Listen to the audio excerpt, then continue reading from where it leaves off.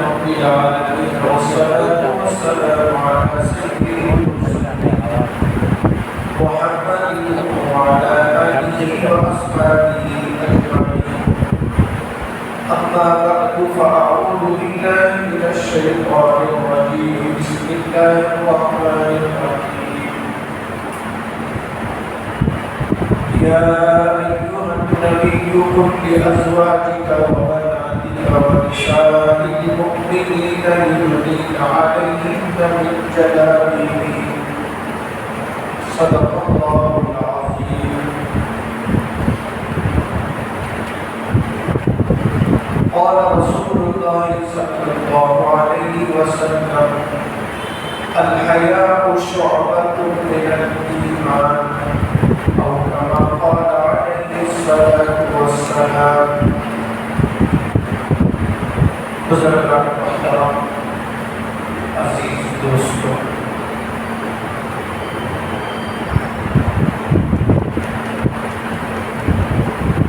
یہ مہینہ اسلامی سال کا پہلا مہینہ ہے،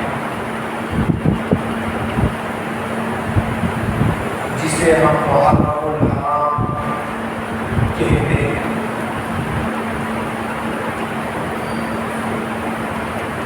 اسی مہینے سے اسلامی سال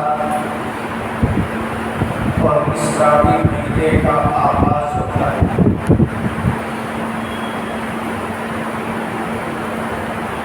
یہ چار محترم مہینوں میں سے ایک مہینہ ہے۔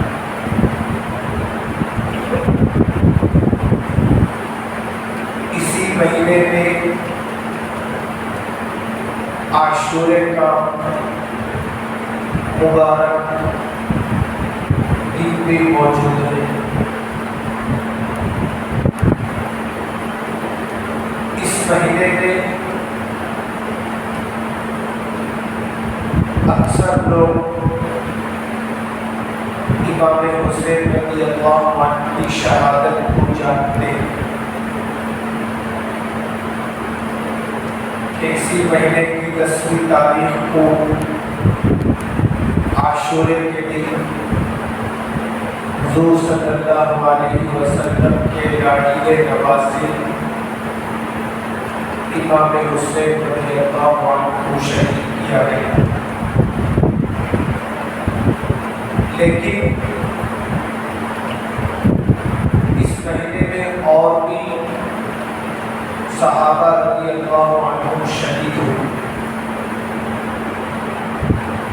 محرم کی پہلی تاریخ کو جو صحابی شہید ہوئے وہ سیدنا عمر بن خطاب رضی اللہ عنہ تھے۔ اسلامی سال کا پہلا مہینہ محرم اور محرم کی پہلی تاریخ اور پہلی تاریخ کی پہلی نماز فجر میں حضرت عمر رضی اللہ عنہ کو نماز کی حالت میں شہید کیا گیا۔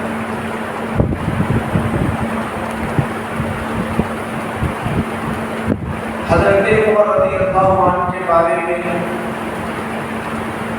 حضور صلی اللہ علیہ وسلم نے فرمایا: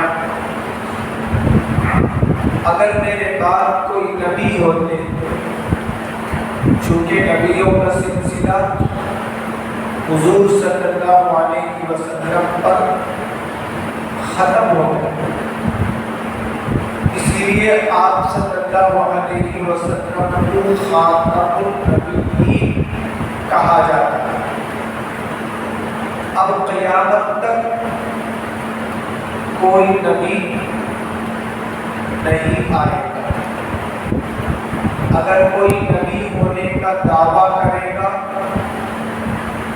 تو وہ بہت بڑا جھوٹا کذاب کہا جائے گا۔ حضرت عمر کے اندر اللہ کے نبی صلی اللہ علیہ وسلم نے وہ خوبیاں دیکھی، وہ کمالات دیکھی، ان کے وہ تقوی کو دیکھا، پھر آپ صلی اللہ علیہ وسلم نے فرمایا میرے بعد کوئی نبی ہوگا تو عمر ابن خطاب رضی اللہ عنہ۔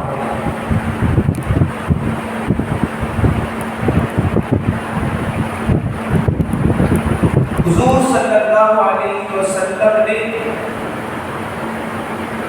حضرت عمر کی ہدایت کے لیے دعا مانگتے ہیں۔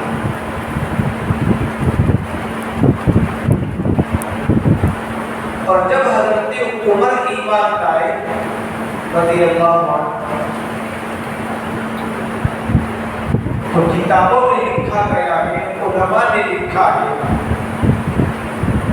آسمان سے جبرائیل امین حضور صلی اللہ علیہ وسلم کے پاس تھا،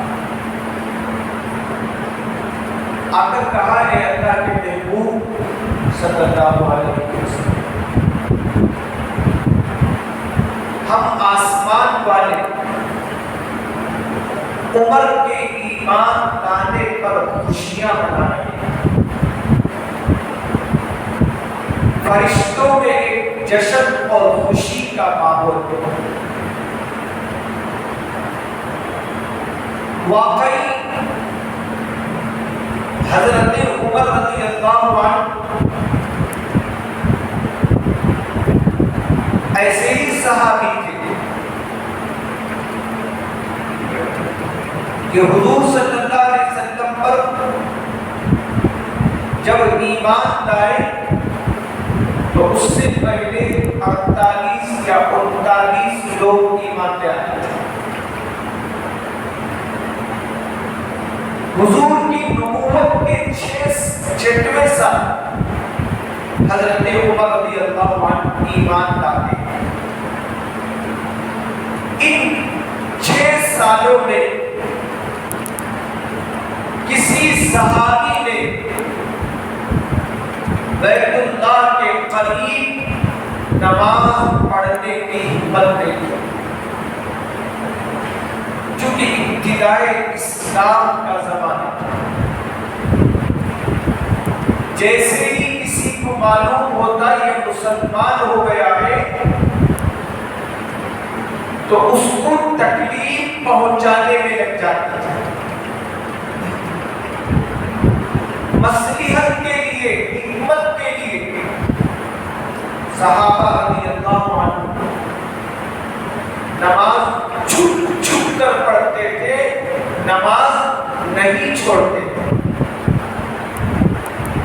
ادا کرتے تھے لیکن چھپ کر ادا کرتے تھے، علل اعلان کھلا نماز نہیں پڑھتے تھے۔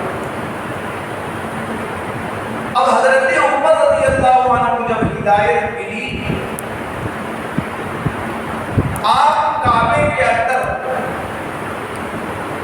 کھلا نماز پڑھتے تھے۔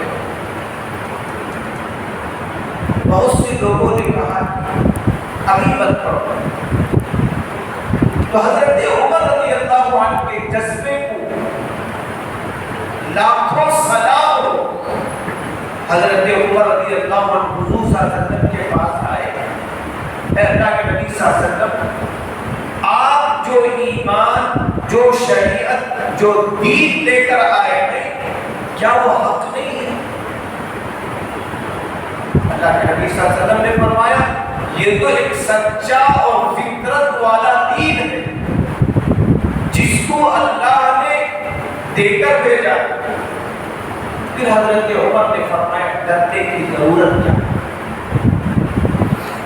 حضرت عمر کی بہادری کا اندازہ لگا سکتا ہے۔ قیامت تک بیت اللہ میں جو جماعت کی نماز ہوگی اس کا ثواب عمر بن خطاب رضی اللہ عنہ کو ملے گا۔ انہوں نے وہ بہادری اور جذبہ دکھایا، صحابہ کے حوصلے بلند ہونا شروع ہوئے۔ اسی لیے سعید ابن زید رضی اللہ عنہ حضرت عمر کے انتقال کے دن رو رہے تھے، کسی صحابی نے پوچھا آپ کیوں روتے ہو؟ عمر تو جنتی ہے، عمر سے اللہ اور اس کے نبی راضی ہے، تم کیوں رو رہے ہو؟ تو صحابہ کی محبتوں پر قربان جائے گی۔ سعید بن زید رضی اللہ عنہ نے فرمایا میں کیسے نہ رو، یہی عمر بن خطاب کی بہادری ہے، آج حرم کے اندر نماز ادا ہو، یہ نورانیت حضرت عمر کی برکت ہے، حضرت عمر کا جذبہ ہے، حضرت عمر کی جرأت ہے۔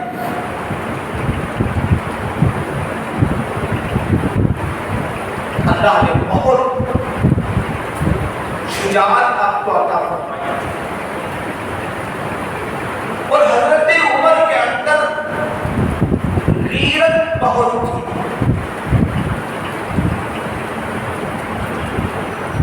بعض اوقات حضرت عمر کا ایک جذبہ ہوتا تھا، حضرت عمر اس جذبے کو اللہ کے سامنے پیش کرتے تھے۔ کبھی حضور کی مجلس میں آ کر کہتے تھے اس طرح اگر ہو جائے تو اچھا ہوگا۔ اللہ حضرت عمر کے جذبے کو قبول فرماتے، وہ حکم اللہ تعالیٰ نازل فرماتے۔ شاہ ولی اللہ محدث دہلوی رحمۃ اللہ علیہ نے لکھا ہے قرآن کریم میں 17 سے 25 آیتیں ایسی ہیں جو حضرت عمر کے جذبے کے مطابق اللہ نے نازل فرمائی۔ زمین پر عمر نے خواہش کی، آسمان سے اللہ نے آیتیں نازل فرمائی۔ ایک مرتبہ حضور صلی اللہ علیہ وسلم کی ایک بیوی حضرت سودا رضی اللہ عنہ قضائے حاجت کے لیے نکلی۔ اس زمانے میں بیت الخلا گھروں کے اندر نہیں ہوتا تھا،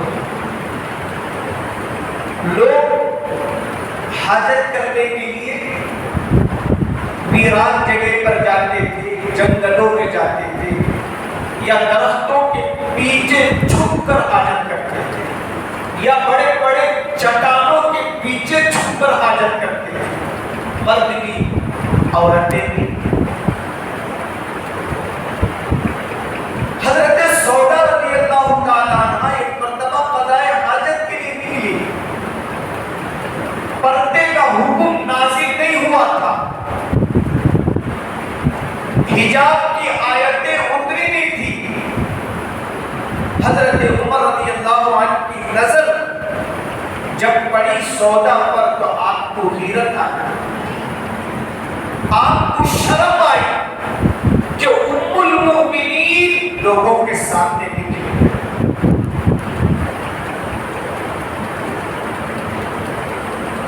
حضرت عمر کے دل میں خواہش تھی کاش یہ پردہ ڈال کر جاتی، کوئی ام المؤمنین کو نظر نہیں کر سکتا۔ حضرت عمر کی یہ غیرت کہ امہات المؤمنین پر کسی غیر کی نظر نہ پڑے۔ عمر کا دل کانپ رہا تھا، عمر کی غیرت جاگ رہی تھی، تڑپ رہے تھے ام المؤمنین کو کوئی درندہ درندگی کی نظر سے نہ دیکھے۔ وہ امت کی مائیں ہیں۔ ایک جذبہ لے کر حضرت عمر آ رہے تھے حضور کی مجلس میں۔ بعض علماء نے لکھا ہے حضور سے انہوں نے شکایت بھی کی کہ کچھ پردے وغیرہ ڈال کر بھیجو تاکہ ام المؤمنین امہات المؤمنین کی تحفظ ہو جائے۔ اللہ نے حضرت عمر کی غیرت کا لحاظ کیا۔ مفسرین نے لکھا ہے حضرت عائشہ رضی اللہ عنہا فرماتی ہے حضور صلی اللہ علیہ وسلم دسترخوان پر بیٹھے ہڈی چوس رہے تھے، گوشت کھا کر ہڈی اللہ کے نبی صلی اللہ علیہ وسلم چوس رہے تھے۔ اتنے میں اللہ نے آیت نازل فرمائی یا ایھا النبی قل لازواجک، اے نبی صلی اللہ علیہ وسلم آپ اپنے بیویوں سے کہہ دیجیے، وبناتی اپنی بیٹیوں سے کہہ دیجیے، ونساء المؤمنین اور امت کی عورتوں سے کہہ دیجیے، یدنین علیہن من جلابیبہن، جب وہ گھر سے باہر نکلے تو تھوڑا سا کپڑا اپنے چہرے پر ڈال کر نکلے۔ یہ پہلی آیت حجاب تھی، اللہ نے حضرت عمر کے جذبے کا لحاظ کیا اور آیت حجاب اللہ نے نازل فرمائی۔ کروڑوں سلام ہو حضرت عمر رضی اللہ عنہ، انہوں نے اسلام کے لیے ایسے کارنامے انجام دیے، رہتی دنیا تک دنیا اسے بھول نہیں سکتی۔ وقت نہیں ہے، انشاءاللہ کبھی وقت ملا تو آپ کی بڑی لمبی تاریخ بتاؤ۔ مختصر یہ کہ پہلے محرم کو حضرت عمر شہید ہوئے۔ کیسے شہید ہوئے؟ تاریخ میں لکھا گیا ہے محرم ذی الحج کی 27 یا 28 تاریخ آپ نماز فجر پڑھانے کے لیے مسجد میں آئے۔ حضرت عمر کی عادت تھی آپ فجر کی نماز لمبی پڑھاتے تھے اور قرآن بڑے جذبے سے پڑھتے تھے۔ آج ایسے جذبے سے پڑھنے والے بہت کم، امامت تو سب کر دیتے ہیں لیکن قرآن کو دل سے پڑھنے والے بہت کم ہو۔ حضرت عمر جب مصلی پر کھڑتے تو علماء نے لکھا ہے اندھیرے میں نماز شروع کرتے اور روشنی میں نماز فجر ختم فرماتے، لمبی نمازیں پڑھاتے۔ اب نماز کے لیے کھڑے ہوئے، صفوں کو درست فرمایا اور تلاوت شروع کی تو وہ امت کا ملعون جس کا نام ابو لولو فیروز تھا پہلی صف میں آ کر کھڑا ہو گیا۔ جیسے ہی حضرت عمر قرآن کی تلاوت میں مشغول ہو گئے، غرق ہو گئے، تو اس نے اپنے وہ تلوار نکالا جو زہر میں ڈوبا کر لایا تھا اور لگاتار 6 حملے ایسے کیا۔ عمر ابن خطاب اسے برداشت نہ کر سکے، مسلم میں گر گئے۔ یاد رکھو لوگ اسی کو تانے دیتے ہیں جو امت کا خدمت کرتا ہے، اسی کو گالی دیتے ہیں جو دین کی خدمت کرتا ہے، اسے گالی نہیں دیتے جو روڈوں میں بیٹھے رہتا ہے، چکوتروں میں بیٹھے رہتا ہے، بیکار کاموں میں بیٹھے رہتا ہے۔ لوگ کس کا برا کہتے ہیں؟ کام کرنے والوں کا برا کہتے ہیں، ان کو تکلیف پہنچاتے ہیں۔ ویسے ہی امت کا یہ ملعون تھا جس نے عمر کے اوپر خنجر مارا، اتنا مارا عمر اٹھ نہ سکے۔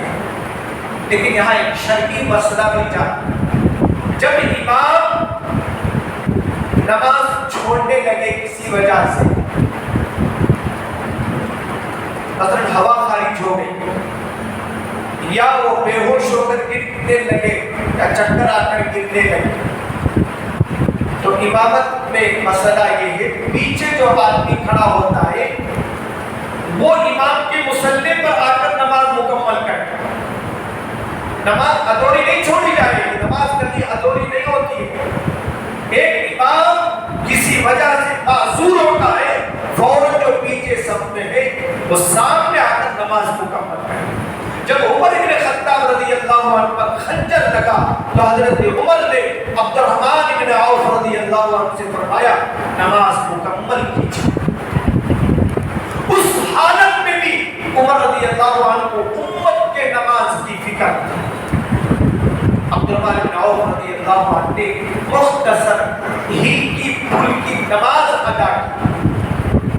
اور وہ دشمن حضرت عمر کو مار کر بھاگنے لگا. صحابہ پکڑے, کئی صحابہ زخمی ہوئے, شہید ہو گئے. بہرحال وہ بھی ذلت کی موت مر گیا, موت سے کسے چھٹکارا.